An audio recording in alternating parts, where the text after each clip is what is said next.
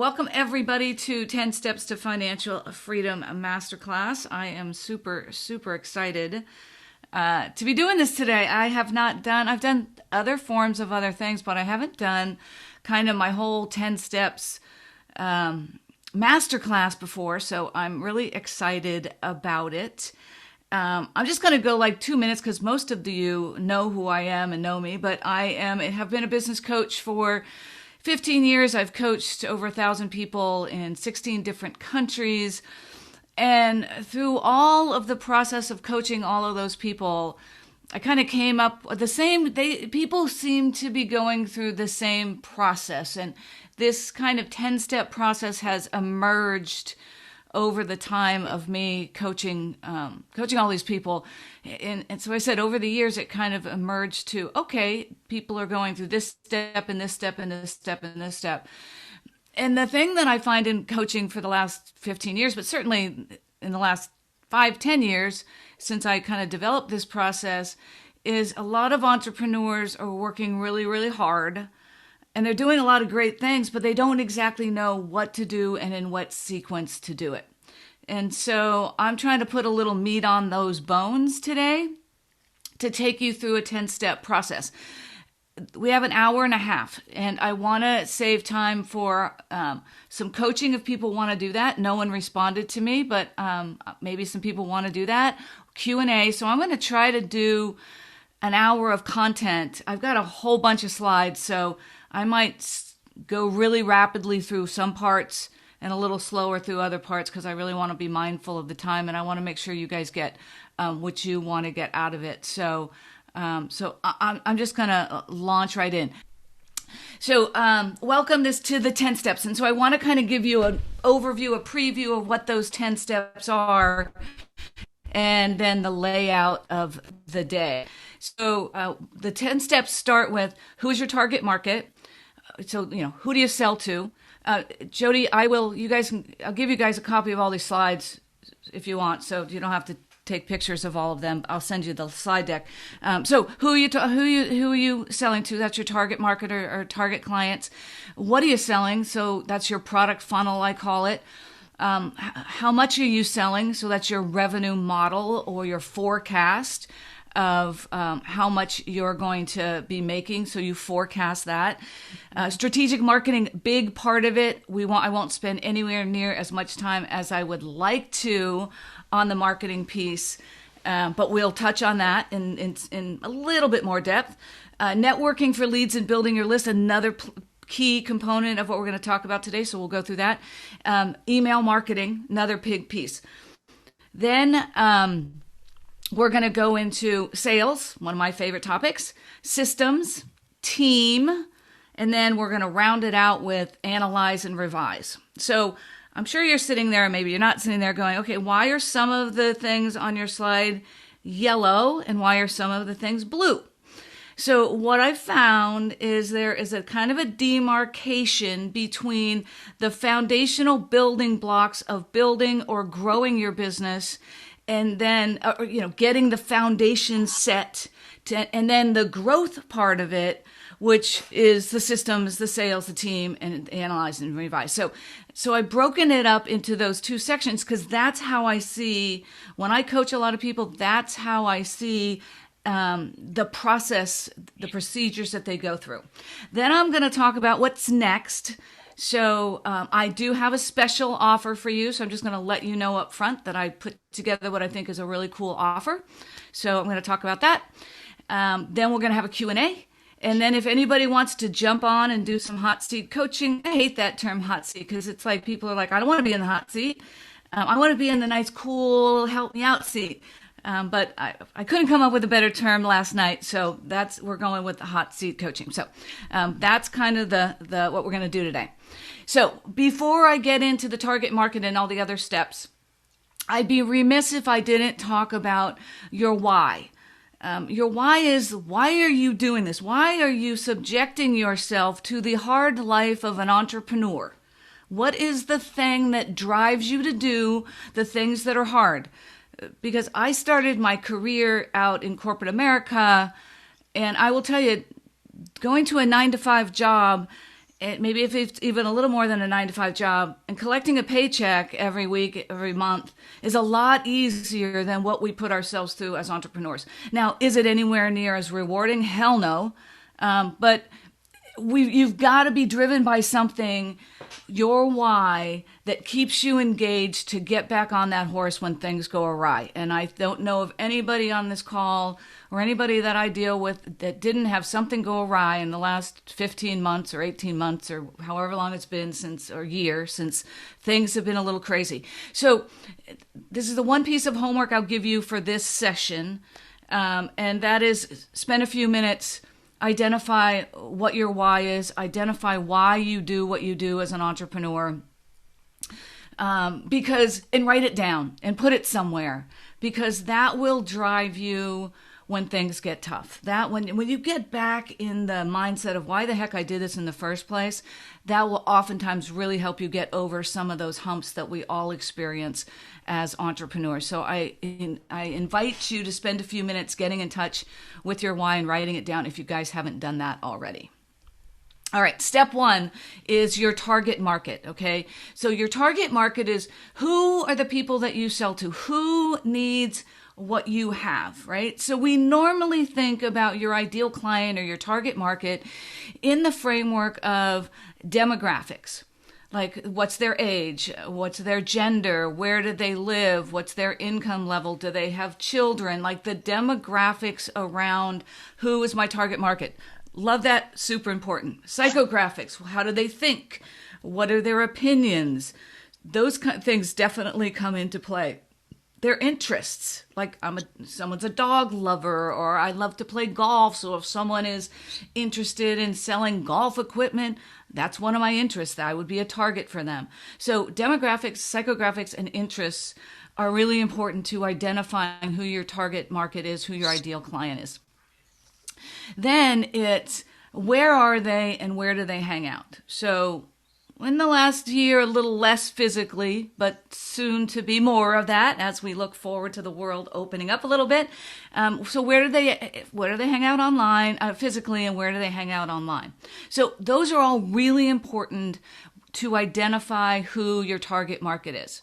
Okay, but I'm going to go to that next level and say, equally, if not more important, to who your target market is, Bashir, I can hear your birds, I know you're there, is the answer to these two questions, right? So these two questions are, what's the problem that you solve, and how do you uniquely solve it? People buy because they have a need. And I'm going to share with you the aspirin versus vitamin marketing analogy, or whatever they call it. And I will say that 10 years ago, I was like, I'm not buying into this because I don't want to think about the pain. I don't want to think about the negative side. I'm a happy, happy, joy person.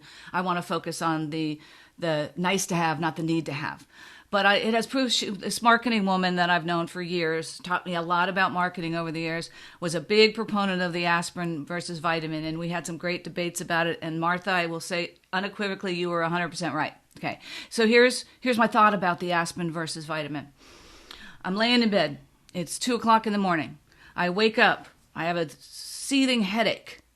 Okay, I can't go back to sleep. There's a good chance I'll get out of my bed, I'll get in the car, and I will drive to the store to get some aspirin. Now I'm laying in bed that same night. Well, maybe it's the next night because I have my aspirin and I'm feeling really good. And I wake up in the middle of the night, 2:00 in the morning, and I say, geez, I should be healthier. I think I want to get on I want to be healthier. I am certainly not going to get out of bed 2:00 in the morning and drive to the store to buy some vitamins. So what I invite you to think about when it comes to your marketing is, what is the pain? What's the challenge? What's the need that you solve? What is the need that people have? Because people buy way more often to get out of pain, to satisfy a need, than they do because it's just a nice thing to have. Now, I'm not saying that you can't focus on that, but it's a lot easier to market towards the pain. Mm-hmm. And then what makes you different? What makes you the person that they're going to buy from versus the other person who sells the same thing that you sell? So what sets you apart, what makes you unique, and then what's your brand? And as Sammy, who was in my summit that I did a couple of weeks ago, Blindell said, you are your brand, and what you represent is your brand. So how do you uniquely do what you do? The answer to the two questions, layered on what I already talked about as far as the demographics and all of that, will be the definition of who you market to. All right, step 2 is your product funnel. What do you sell? So a product funnel is not a bunch of marketing ideas. So a lot of people think that that's what my product funnel is. It's not a sales funnel, right? It's a product funnel. So, and I won't go into the differentiation of all this because we don't have enough time. So I'm just trying to give you the high level pieces of it. And if we want to dive deeper, you'll have an opportunity to do that. I would say, like when I'm coaching somebody, I say, give me what's your product funnel? Because if they tell me what they sell, I understand what their business is, right? I had a guy that I was coaching who said, well, I don't really sell anything yet. And I'm like, well, that's great, but you're not in business. Like, how can you be in business when you don't sell anything? So we immediately worked on, how do you create a product funnel? And we'll talk a little bit about that in a second. And I just believe that the products that you sell define the business that you're in. And I use the word products and services interchangeably. So I primarily sell services, coaching and whatnot, but I use the word products. So don't get caught up in products versus services. I use the words interchangeably. So why do you need a product funnel? Okay, it drives your business. If you don't have products, you don't have sales, you're not in business. It's a numbers game, right? And so we'll talk a little bit about the product funnel itself. But it is a numbers game. Like, how do you drive people to your funnel to get them interested, to get your free thing that drives them down the funnel, to get them really into the meat of what you do? It's a product flow or progression, which I'll show you on the next chart much more what I mean by that. And just know you don't have to have a lot of products to start. I have people get all caught up that I have to have 15 products in my funnel. No, start with what you have.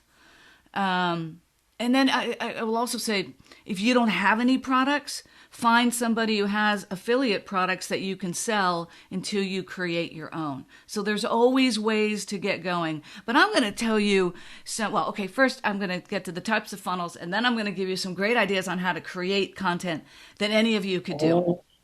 So there's 3 types of funnels. There's a basic, a single product, and a reverse. 99.9% of people just have the basic funnel, so we'll talk about that, and then we'll kind of blow through the other 2. So this is an example of a product funnel, and this is a product funnel that I use I'm a coach, so this would be something that maybe a coach would have as a product funnel. So the top would be your free thing. So I have a number of free things. I have a Breakthrough Your Profit Ceiling ebook. I have a 10 Steps to Financial Freedom ebook. I have a toolkit, which is a whole bunch of resources. I have 35 ways to build your email list. So I have a bunch of free things at the top of my funnel. I've got chapter of a book. So have something that is free, or a number of things that people are going to raise their hand and say, so Janie is right here on my screen, so I'm going to use her as an example. So I know Janie sells aromatherapy, and she sells oils and all of that. And that's the products that she sells. I won't go into her own marketing thing, but she could provide a 10 steps for using aromatherapy for medical purposes or something like that. So it could be a 1-pager or a free thing that she offers that gets people to say, I'm interested in what you have, and I'm willing to give you my name and email address to get it. Because primarily that's the purpose of your free or low-cost offer, is to get people to give you their name and email address.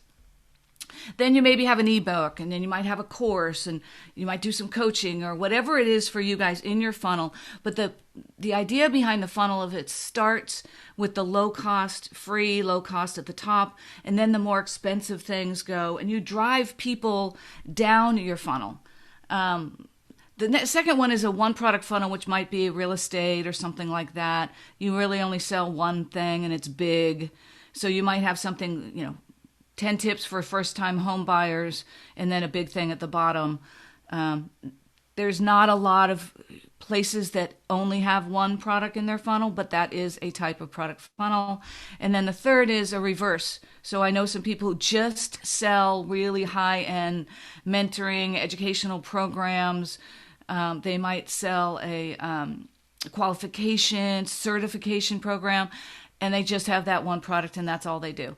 Not very common, but those are the three types. So how do you develop your product funnel?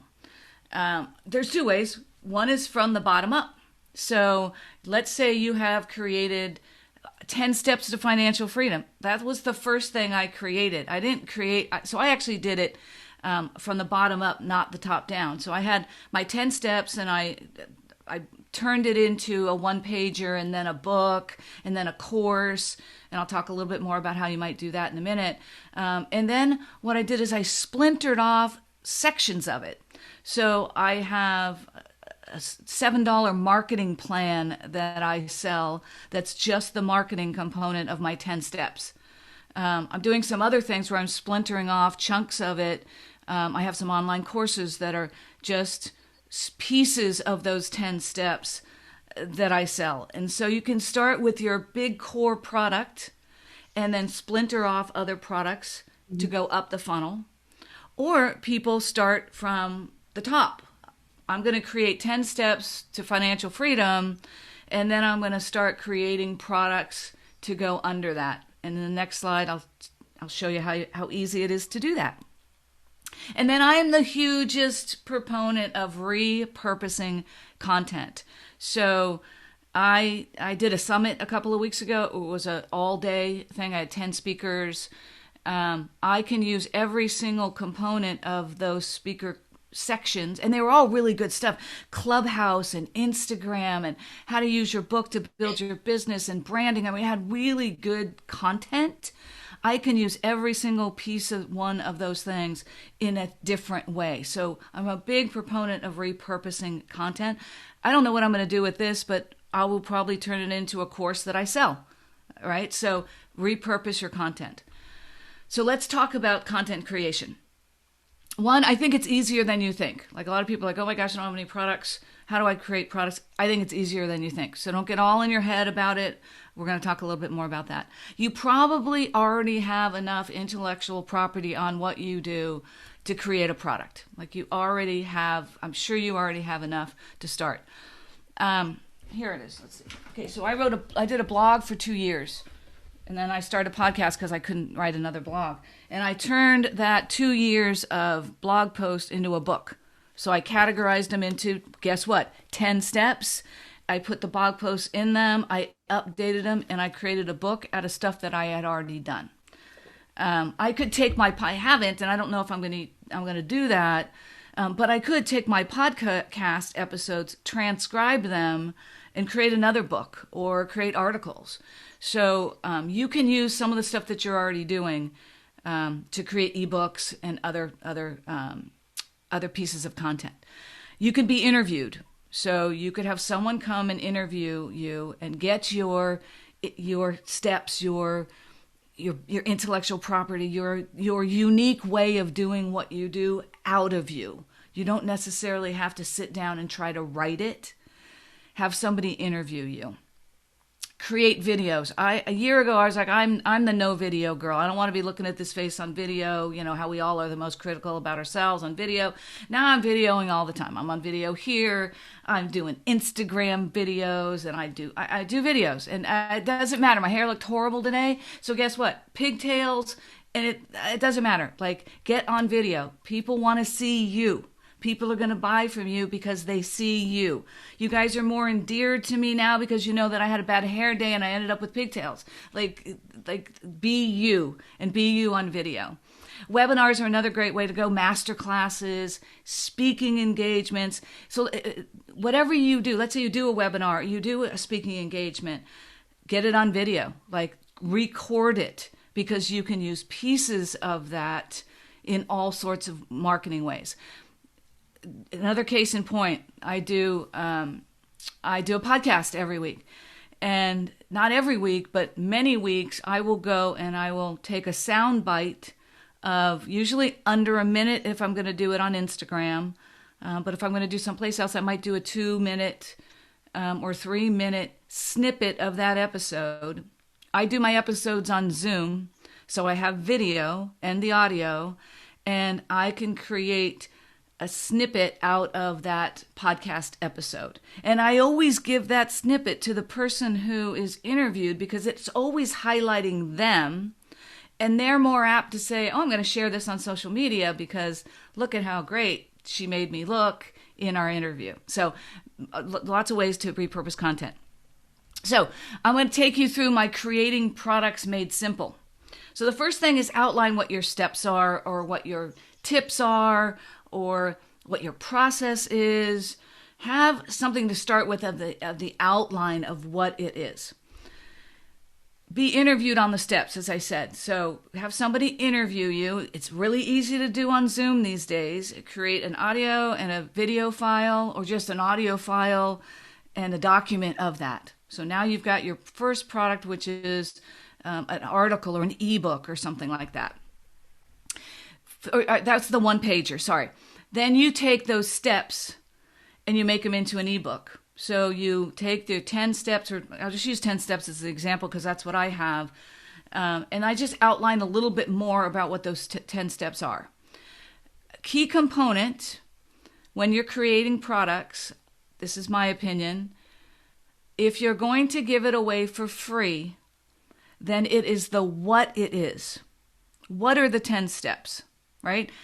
I gave this away for free. I'm not going to go deep. I mean, I'm going to give you more than I typically would, let's say, in an ebook, but I'm not going to go deep in the how to do all this stuff because you got to pay for the how. So I have people always say, like, what do I put in my free thing? Think, tell me what to do. Tell me why to do it, but don't tell me how to do it. You got to charge for the how. So further explain the steps. The next product is take that ebook and expand it into the full book, which each of those steps becomes a chapter. And I've written 5 books. And so, let me check the time. I'm probably oh, Jesus, oh my God, you guys, I got so much to say. And all right, so I got to speed it up a little bit. I have 5 books, and so it's just really easy to write a chapter. Have the idea, and then go research. Like every word doesn't have to be yours. Go research. Go read 5 articles, and then pare it down to how you would talk about it, and create a book. So books are easy. Take that book, add some exercises and some note pages. Boom, you got a workbook. Create a live webinar or a seminar, either in person or online, more online these days. Record the webinar, the seminar, sell that as a standalone product. Expand that webinar or seminar into a multi-week class. Record the class and sell it as an online course. Sell coaching and consulting and certification or franchising. Hold a high-end retreat. And then create a membership site, some kind of a monthly recurring fee. So just some ideas about how to create products. I'm going to try to speed things up a little bit because maybe we're only going to get through 5 of the 10 steps if I don't. All right. Total value of a customer is if I sold everything down my funnel. That's the total value of a customer. You're not going to always do that, but you should have a progression because once you sell somebody something, they're like, I don't know what the statistic is, 80-something% more apt to buy something else. So have a progression. And in this example, if you were buy the book, the webinar, the coaching, private coaching, the total cost, total value of a customer for me would be $5,600. Actually, for me, my prices go so mine are a little bit more than that. But just understand the total value of a customer is not selling them one thing; it's selling them everything in your funnel, and have a progression that makes sense. Forecasting revenue. Forecasting revenue is how much of each product are you going to sell over time. I do it by revenue by product or service, and you should be reviewing it every month. This is an example of a revenue forecast template that I use. And I actually add one more column that I didn't have time to put in here. I put down what are the products or services that I sell, what are the prices, and then how many units of those am I going to sell in May or April, and then how many in June and how many in July. On my spreadsheet, I add another column that is what is the actual, so I can go back and add what I actually did. Back into it. So start from where you want to end up. So you want to end up at, $20,000 a month or $10,000 a month or $1,000 a month. What do you need to sell to get there? So start from where you want to be and back into it. How much do you need to sell of each month to get where you want to go? And then start with a limited time frame. If you're not revenue modeling right now or forecasting your revenues, do a 3-month forecast. Don't try to do a 12-month forecast. Just do a limited time. And it's perfectly okay to guess because that's what we all do at the beginning. So you don't need to know specifically. Like it's at the beginning, you're just throwing spaghetti at the wall and hoping it sticks.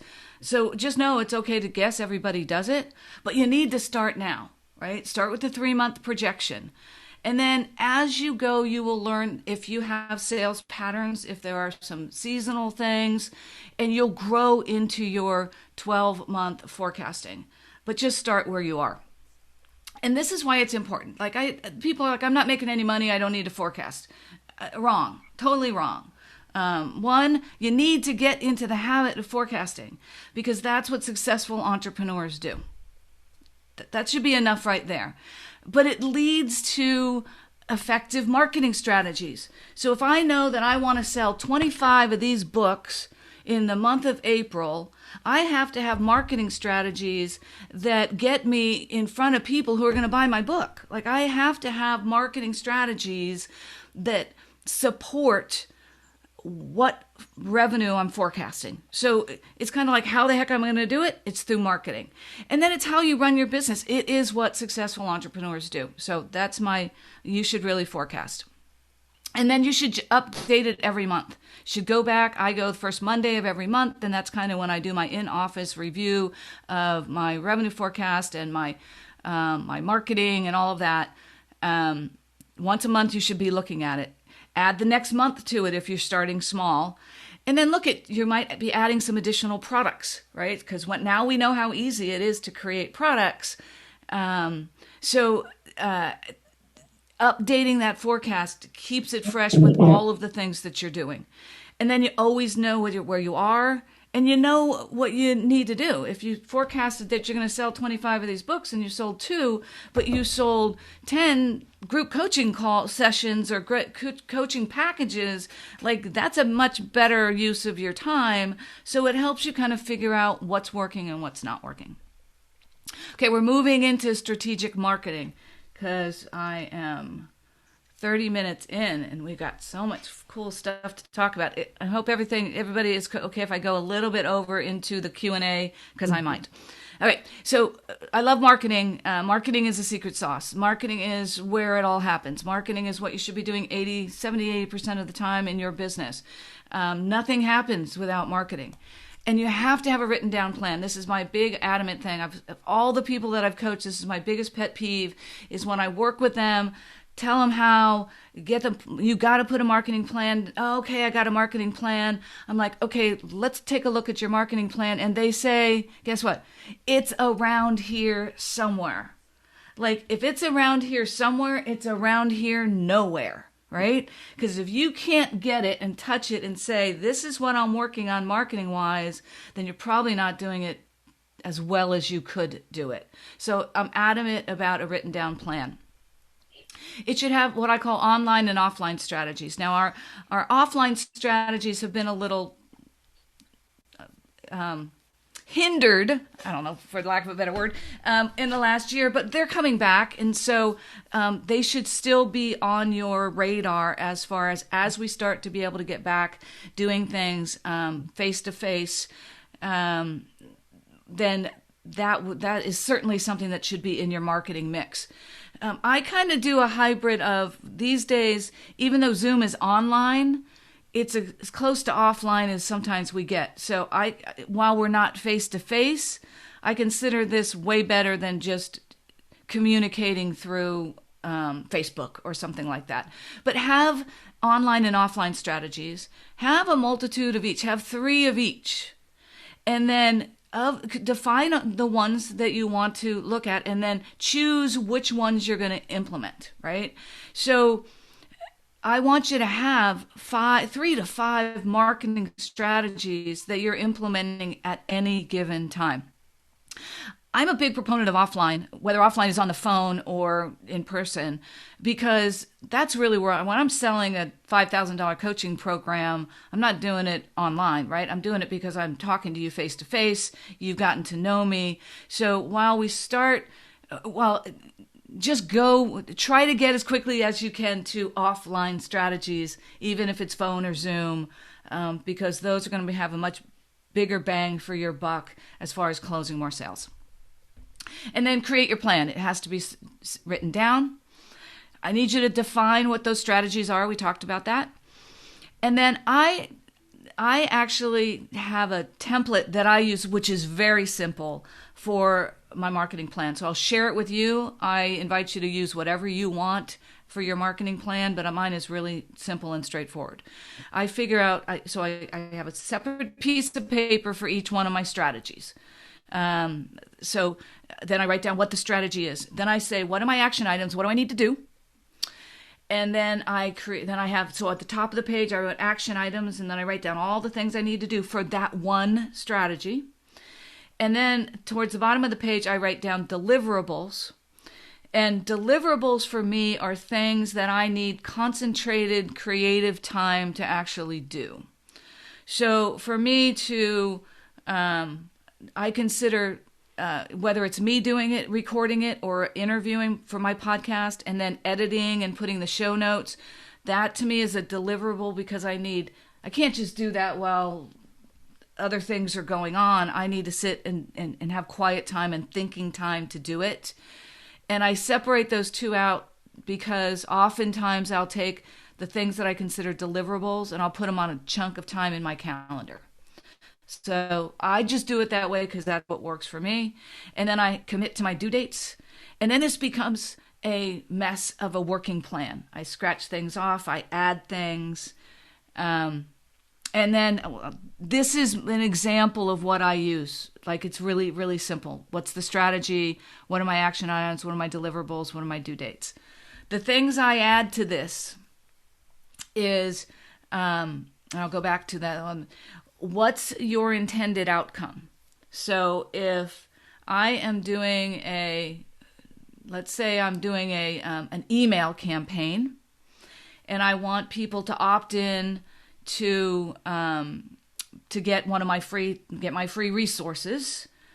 I have an intended outcome of I want people. Let's say I already have their email, so that's a bad example. I want you guys to buy my $7 marketing plan. Right, so I have your name and an email list. So my strategy is my email campaign, and I want you to buy this $7 thing. So my intended outcome is you buy it. I can tell whether you bought it or you didn't buy it because that's really tangible. So I'm all about going back and analyzing and revising what we do. And so if you don't have an intended outcome, you don't know what you want those marketing strategies to do, then you won't know whether they're effective or not. So that's another component that I add. And then who is responsible? If there's multiple people on your team and you look at this strategy template, I would have a column that says, who, right? Or team member responsible if there's multiple people. And then for me, I have accountability. I have accountability partners. I have people who hold me accountable for doing what I say I'm going to do. So I think that's a really important component, is to at least have accountability for what you do. And then execute on the plan. I mean, that's kind of goes without saying, but you'd be surprised how many clients I've had over the years that write a plan and then sit on the couch and don't do anything. So it only works if you do it. Like I said, don't put it in the drawer. Set aside time every week for marketing. Calendar it means put chunks of time in your calendar of when you're going to actually work on those marketing strategies. And that's part of why I do the deliverable part, because I want to be able to I'm going to go work on that for 2 hours on Thursday afternoon. Have an accountability partner. Masterminds work really well. And then there's always team, and we'll talk a little bit more about team. You don't have to do it all. You can always hire people to do it. So we'll talk more about that as we get into the team. And then analyze and revise. Always analyze and revise. Every month, go back and look what's working, what's not working. That's part of why I have an intended outcome. Review it, keep it up to date, and then add new strategies as you need to. All right, step 5, networking for leads and talking to people. And so this, when I used to coach this program called the 100K Challenge, and one of my requirements as that was to tell people to go to talk to 10 people a day.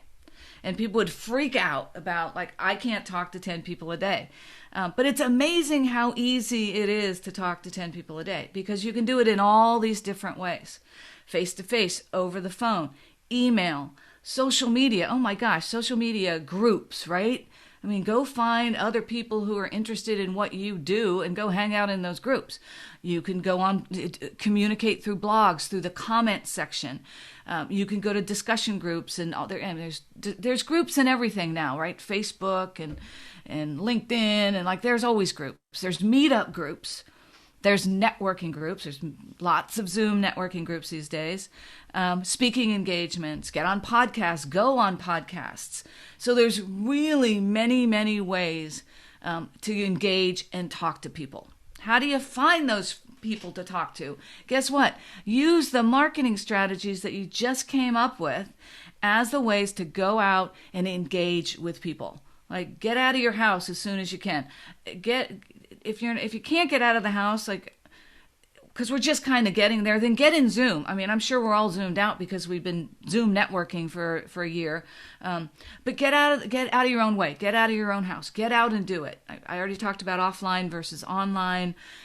Get out of your head and get with people who need what you have. Like, I could do a whole hour on just the mindset of sales around, but I can't do that here, but I could. Just the mindset of being afraid because you don't really believe that people need what you have. They do need what you have. Consistency is really important as well. I want you to talk to people every day, have a goal for doing that, and just start one. And I just went by 15 places you can go to talk to people. Pick one. Like, my new thing is Instagram. Like, I'm engaging in Instagram, and I'm trying to bring people from seeing my stuff, my goofy reels and my stuff on Instagram, to either an opt-in and giving me their email, or getting over to my Facebook group. Like, so just start somewhere, right? Don't start 10 places, start somewhere. And then keep track of where your leads are coming from, and we'll talk about CRMs and such in a second. But just keep track of where the leads are coming from, and just start and then build the skill. Building your list. Okay, you need a database, and we can go a little bit more quickly here because these are kind of the technical side of it. But you need some kind of a customer relationship management system to really build your list and to execute and use your list.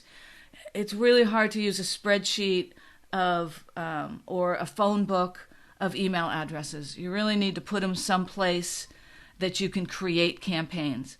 I'm now a firm proponent of ActiveCampaign.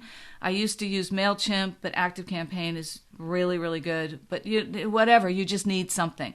And I don't pay a lot of money for it. I think I pay $15 or $20 a month, so it's not expensive. Get names and email addresses, because they are gold in your business. Like, they are worth money in your business.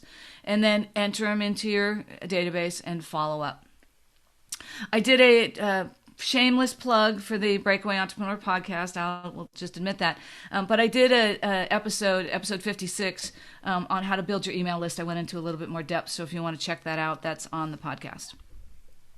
And then the next step is email marketing. Okay. So don't bother to get email addresses if you're not going to do anything with them. Like, that would be my first step. Like, if you're not going to do anything with them, don't bother to spend your time getting them, right? And leads go stale pretty fast. So we love when people raise their hand and say, I am so interested and I want to learn more about what you do.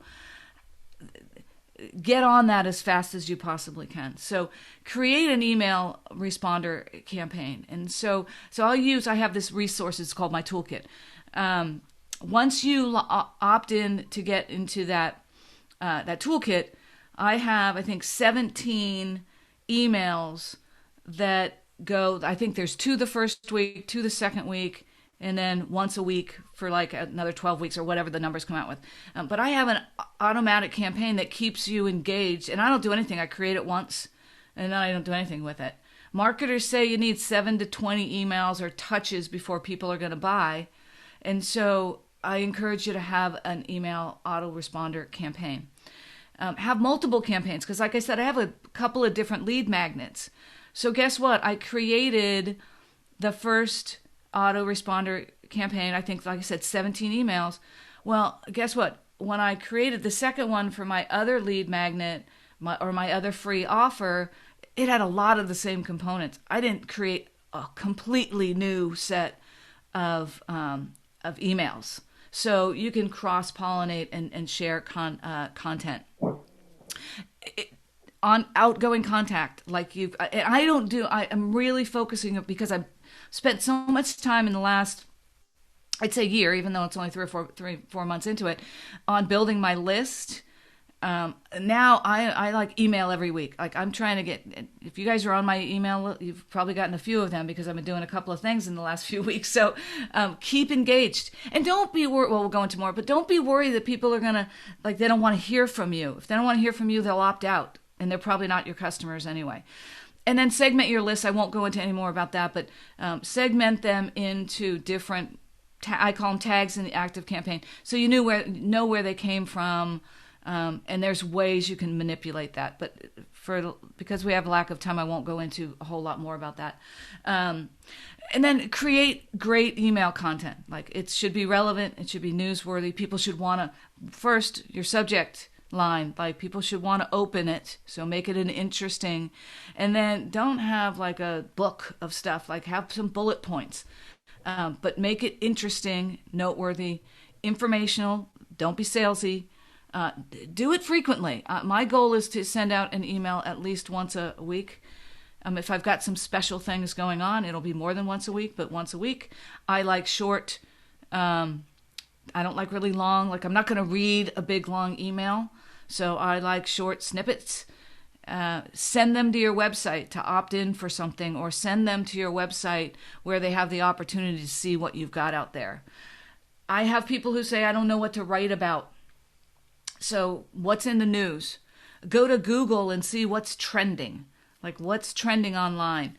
What questions have your clients or your prospects asked you? And then if you just don't know, just Google, like, what are the best blog topics for entrepreneurs, or what are the good blog topics? And you'll find great information. It doesn't always have to be your stuff. So I might read an article that I think is interesting, and I will comment on it, and then I'll put a link to that article where people can go read that article. So just know your emails don't have to always be just your stuff. They could be other people's stuff as well. All right, then make them multimedia, make them interesting. Images, text, video. Video's hot. Include video. And it doesn't have to be done professionally. The phones are amazing these days. Like, you don't need to have a... I actually have this, what used to be an expensive video camera. I don't even use it anymore. I use my phone. Like, phones, so just make sure you have decent lighting and decent audio. Like, I have some lights over here. When it gets darker, I turn my lights on. So make sure you have some good lighting, some good audio. But other than that, it doesn't need to be professional. In fact, I think people expect it not to be professional these days. I expect people are going to... okay, I'll give you my 2 cents. I'm not even going to look to see if anybody has a virtual background before I say this, but I'm not a fan of the virtual background. Like, to me, the virtual background, first, when you move, it disappears, so I automatically know. And second, it's inauthentic to me. So, like I said, I'd rather you guys see me in my goofy pigtails because that's who I am. If I was sitting in a all made up and perfect hair like, I think I would be less relatable. And so, be relatable, don't be perfect, and then mix it up. Your email should have a strong call to action. Like, what do you want them to do? Tell them exactly what you want them to do in layman's terms. Don't make them figure it out. Click on this button to register today, right? Tell them what you want them to do and only ask them to do one thing. Because if you give me too many options, I'm not going to do anything, right? So ask them to do one thing and tell them exactly what to do. And then sell down your funnel. So if someone gets my free thing, say, well, you want to go take a deeper dive into marketing, I have this marketing, plan, and then it's $7. Great. Well, you bought that. Maybe you want an online course that goes into more depth. So sell down your funnel. Don't just sell one thing and then stop. Always have your opt-ins above the fold, which means if I'm going to look at it on a phone, I don't have to scroll down to see it. It's going to be there. If I'm going to look at it on my laptop or my iPad, make sure the opt-ins are towards the top so that I don't have to scroll down to find them. And then include a way to contact you. All right, so we have talked about the business foundation, the yellow things, right? With the target market, the product funnel, the revenue model, the strategic marketing plan, networking, building your list, and email marketing. Those are the foundational components. So I said I was going to make an offer. I'm going to tell you a teeny bit about it now, and then I'll tell you more about it later. I have this next level business workshop. And it is a workshop, not a class. Like, this is a class. This is not interactive, and I'm not giving you any time to do anything, right? What I'm doing is I'm throwing a whole bunch of information at you, and a lot of you guys are scribbling it down, taking all these notes. And if you're anything like me, you'll take those notes and you'll put them in a folder, and then you'll get back to life, and you'll never do anything with them, right? So do I think this is great content? I absolutely do think it's great content. But I also know that the chances are a lot of people will take the notes and never do anything with it. And that's what I found. And so I've already taught one of these. I think Janie, I think you might have been, were you in? Janie, you were in it, yeah. And Jody was in it too. So this is a doing workshop, right? So it is, we teach the foundational concepts in more depth than we did, and then we send you out to actually do the work, right? And then we'll be there to coach you. You will be there with other entrepreneurs. So there will be the opportunity to build your plan, working with me, coaching you along the way, engaging with other entrepreneurs who are most likely doing a lot of what you're doing. And so that's what I'm going to tell you a little bit about later. And I'm offering like these amazing bonuses that I will never offer again. But I just wanted to plant the seed before we leave this section, because in the business workshop, we only focus on the foundational components. We don't work on the growth ones in this particular workshop. So more to come on that, but I just wanted to do that as we go to step number 6, which is sales. So I like to say it's time to go to the bank, right?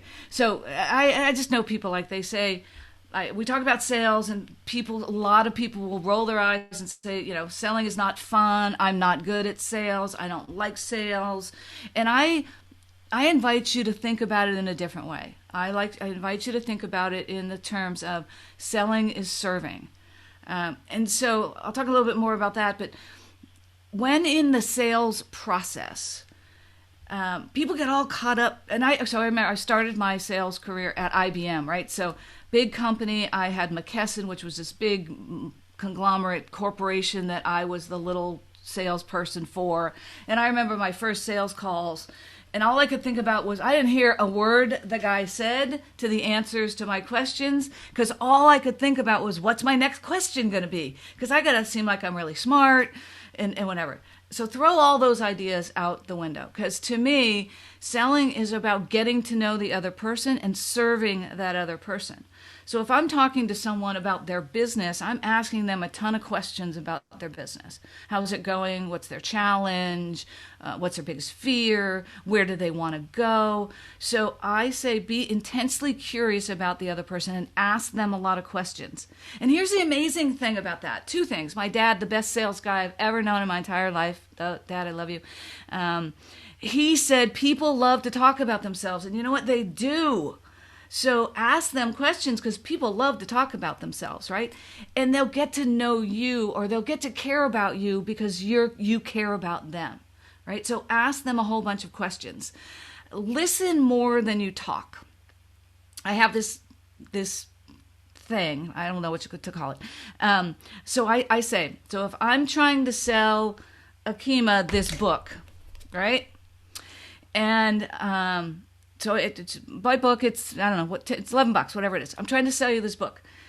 The amount of time that Akima is talking about her challenges in her business or whatever that is, let's say she's talking 90% of the time, and I'm talking 10% of the time, I have a 90% chance of making that sale, right? And that's not statistically accurate, but the guideline is talk less, listen more. If I'm talking 90% of the time about how great this book is, and it's this and that, it's easy read, blah, blah, blah, blah, then I have a 10% chance of making the sale because I'm just talking. I'm not learning.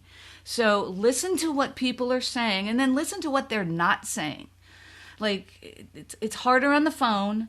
It's easier in Zoom or face-to-face. But even, I mean, I've gotten so good at it because I coach for so long. But listen to what people aren't saying as well, because there's clues in there.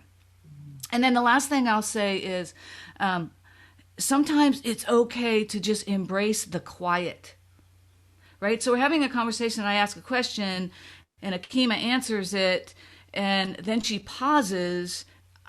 We don't like we don't like silence, right? So we have a tendency, we jump in to fill the void, where what's really happening is Akima is just processing what I've said, and some really big gold is about to come out of her mouth, and I've jumped in to fill the silence. So be comfortable with the uncomfortable silence. And then remember, it's all about them. It's not about you. I love to say they don't care about you until they care about you. So it's all about them. And then overcome the fear. Like, when you get in a spot where you don't know what to say, ask another question. Sometimes, like, I don't know what question to say. Say this: tell me more, right? Just say, tell me more. Because they might say, I don't have anything else, right? But chances are that will keep the conversation moving in a direction that you want. And then I'll leave you with, share your gifts. We all have them. It is your responsibility to share your gifts with the world. I have tried to quit coaching at least twice. And every time I've tried to quit coaching, I've gotten a whole bunch more clients. And finally, one of my mentors said, you just got to stop quitting. Like, that's your gift and that's your responsibility. So just embrace it and get over yourself, right? So share your gifts. It's your responsibility. All right. And then always talk about the benefits and not the features, right? Like I said, they don't care until they care. So what's in it for them? Not, I sell a coaching program and it's twice a month and you get this and you get that and you get that. It's, you're going to leave that workshop with a plan that you've never gotten from listening to a class, right? That's a benefit to you. You're going to spend a day, which you wouldn't normally do, with experts, and you're going to walk out of that day with a plan. Otherwise, you won't, right? So what's the problem that you solve, and what's in it for them? Features will never get you there. Oh, it's on such and such a day, and we such and such. People don't care about that. It's what's in it for them. And someone said this to me, and I wrote it down, so I just had to share. The benefit of what you do is in everything that you do. And I just love that quote, so I added that. I did a podcast episode on selling and serving. It's episode 58, so check that out if you want to. All right, we're going to go really quickly through this part, because this part is more of just talking about the products and things that are out there. You guys will all get a copy of the slides. So if you're trying to figure out what you should be using in each of these different areas, there's some information here. So we'll go through. Domain and website. Do you absolutely need one? No. Start with a Facebook page or a group if you don't have one. It's always better to have one, but you don't have to have one to start out with. There's also this thing I learned about. I don't use it because I have WordPress, but it's called Kajabi. It's not the most inexpensive thing in the world, but you can go create courses and pages, and it allow you to look like you have a website without having to go through the process of actually having a website. So you don't absolutely need one, but it's a good thing to have. Merchant services, you absolutely need a way to make money, to take money.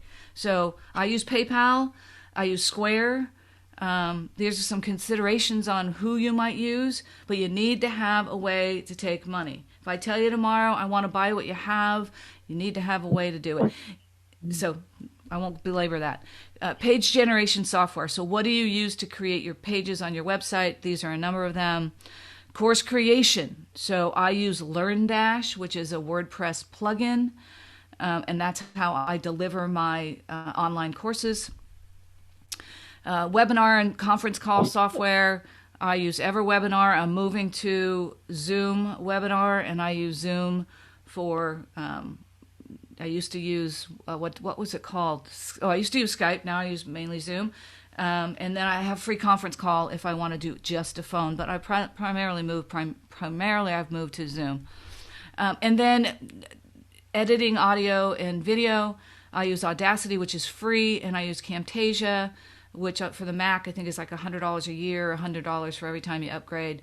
But it's awesome. If you're a Mac user, Apple GarageBand and iMovie are both free, so you don't necessarily need to pay anything for those things. WordPress, I talked a little bit about that. That's what I use on my website. I will do a pitch for incorporating, okay? So I'm not a tax strategist or an attorney, so you can take everything I say with some grains of salt. But I would say don't be a sole prop. Be an S corp or an LLC. I'm an LLC taxed as an S. An S corp gives you the greatest number of deductions.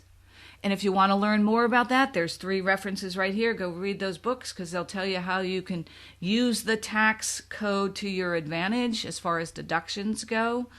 And then the other component of being an S corp versus a sole prop is if someone were to sue me, all they can get to is what is in my entity, in my company, right? And I don't keep a lot of cash in my company. I move it over to me, right? But they can't get to any of Janet's assets. They can't get to my house. They can't get to my real estate. They can't get to anything because I'm protected through the corporation. If you're a sole prop, they can get to you because you're not considered an actual corporation. So anyway, you keep much more of what you earn. So we can talk about it more if you'd like to, if you want to talk to your tax strategist. But if you haven't incorporated it, you should. You should have a business bank account. Keep those things separate. Have a business bank account. Have a business credit card. Don't commingle your funds. And use some kind of accounting software. I use QuickBooks. Janet, excuse me. Yes. When you say S corp, do you mean a small corporation? Is that what you mean, S corp? So there are 3 types. Well, there's 3 types that I know that are general corporation types. So there's an LLC, but there's a C corp, an S corp, and a partnership, right? In the state of Nevada and the state of California, which I pay both. They use an LLC taxed as an S. Kelly, where are you from? I'm in California. Yeah, so you would either want to be a C corp, which unless you're making $350,000 or more, you probably don't need to be a C corp. You would most likely want to be an LLC taxed as an S. It gives you the largest amount of tax deductions and advantages. Thank you. All right. I don't need to belabor it. We all know we need a social media presence. If this is overwhelming to you, pick one, right? Then move into others. Go where your people are. So I'll be honest, my people are on LinkedIn, but to me, I don't get engagement from LinkedIn. I have 8,800 connections in LinkedIn, and I go and I post. I never get engagement in LinkedIn. So I decided, and I wasn't going to spend hours going to find people, which I think is a great strategy, but I wasn't going to go spend hours trying to find the people that I want to talk to and seek them out. That just was not going to be in my playbook. So I'm now, as of late last year, Instagram is my big place. Like, I'm going to Instagram and I'm doing all my stuff on Instagram. Pick one, and then Instagram and Facebook are now the same. Well, Facebook owns Instagram, or the other way around. So it's really easy to post on Instagram and Facebook simultaneously. So I kind of do both. But I don't really like Facebook. So I do my Instagram reels and lives and all that stuff. So anyway, but you need a social media presence. So pick one and start with one. You absolutely need a database. Like I said, you need to have a place where you put those names and email addresses and you interact with them. Like I said, I use ActiveCampaign. Like I said, I used to use MailChimp, but ActiveCampaign is awesome. I love it. And it's not that expensive. Here are some examples of other ones. So, but you do need a CRM. QuickBooks, you need some kind of accounting software. If you're in business, you need to have some kind of way to separate your business from your personal, and you need some way to take a document to give it to your tax strategist so he can make sure that he gets you the maximum amount of benefits from being incorporated. So that's my little plug for that. All right, step 9, and I'm almost done. So we only have 2 more to go. All right, step 9, build your team. So this is a question I get all the time. Like, I need to build a team, but I don't know who to hire first. So here's my hire first exercise. It's pretty simple and straightforward. You get out a piece of paper. You have, in the first column, you write down all the things you do. You do during the week, the day, the month. You can include the personal things you do in addition to your business things. Then you have a column, and at the top of that column, you say things I like to do. And in the third column, things I'm good at. And then you go and you check off, these are the things I'm good at, and these are the things I like to do. And guess what? All the things that don't have any checks are the things you hire first. So simple exercise, but it's really effective. I remember the first time I did it, I was like, oh my God, I can hire. The first thing that was on my list was QuickBooks. Like, I need to get this off my list. I hate it. It's like, I'm not a numbers person. I'm not a detailed. I'm not a report. Like, I'm not any of those people. But I thought, I'm smart enough to do it. I should be able to do it. But when I did that exercise, I was like, no, I'm not good at it and I don't like it. There's people who are way better at it than I am, and I don't have to pay them a whole lot of money to do it. So, and then maybe start with just home help. Maybe start with having somebody do your laundry or house cleaning, deliver your shopping, childcare. I mean, start with home help just to get some more hours to focus on your business. So then I get this, I'm not yet making any money, so I can't afford to hire anybody. And so this is what I have to say about that. This is my proposition to you. If you were to hire out 4 hours a week, okay? So you go to your good at, like to do, good at, and you identify the things that you're going to hire out first. And you say, I'm going to hire out for 4 hours a week. And I'm going to pay somebody $50 an hour. Now, if it was if it was babysitting, or it was cleaning your house, or it was like most things that you would do would cost you much less. But I'm going to be kind of conservative here and say $50 an hour for someone to go do something that's $200. If you can't spend 4 hours a week, once you identify what your marketing strategies are, once you get out of the house or get out of your own way, once you start executing on your plan, once you start building a list, once you start email marketing, once you start doing all of those things, if you can't generate $200 of additional income in 4 hours of doing nothing but marketing your business, then we got to talk, because you're doing something wrong, right? So, and I can tell you can hire people for $20 an hour to do. So now you've got, I don't know what the math is on that, but you've got a lot more than 4 hours. So focus on those revenue generating activities that you're doing once you've hired those out. Most likely they're marketing. And I would say you can't afford not to. Like, you got to stop doing the things that aren't making you money, that you're not good at, and that you don't like to do. And then here are some places where you can go to find affordable team.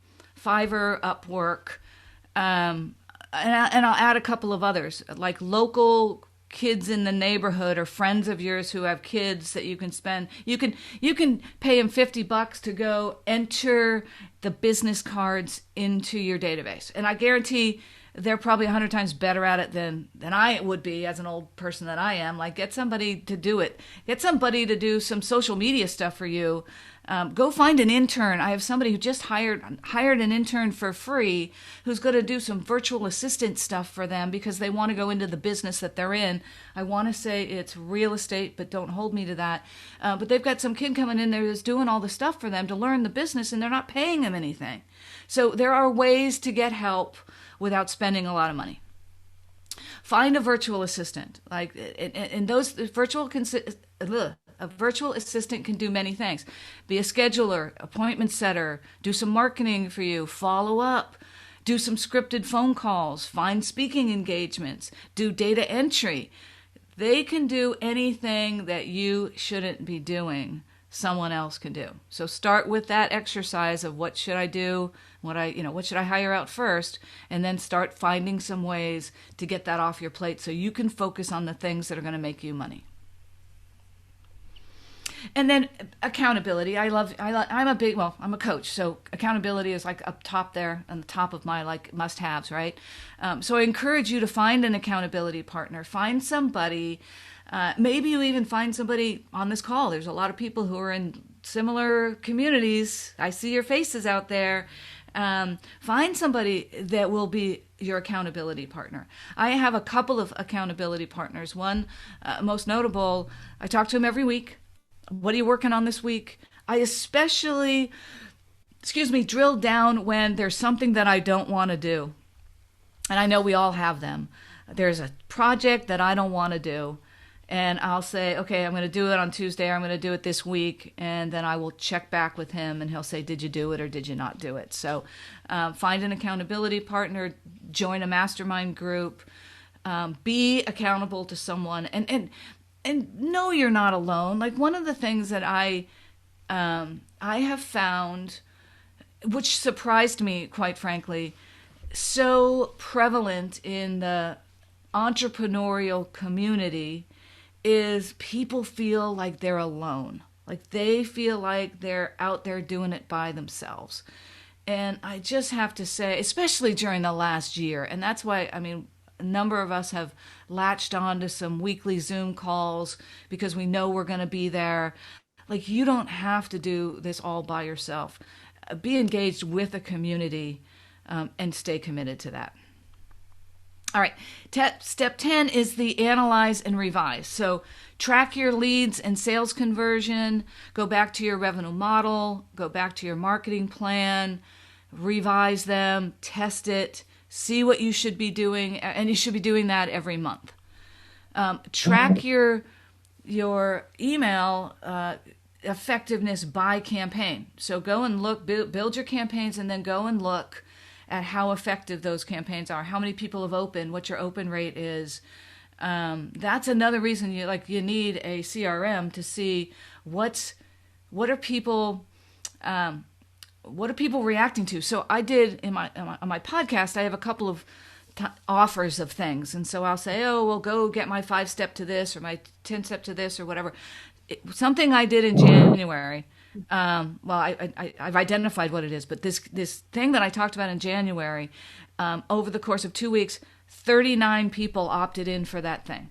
Like, I don't have that. Like, I have smatterings here and here and here, but I was able to see that 39 people within the course of like 10 days opted in for this thing. That tells me that people want what that is, right? So being able to track what you're doing is really an effective thing.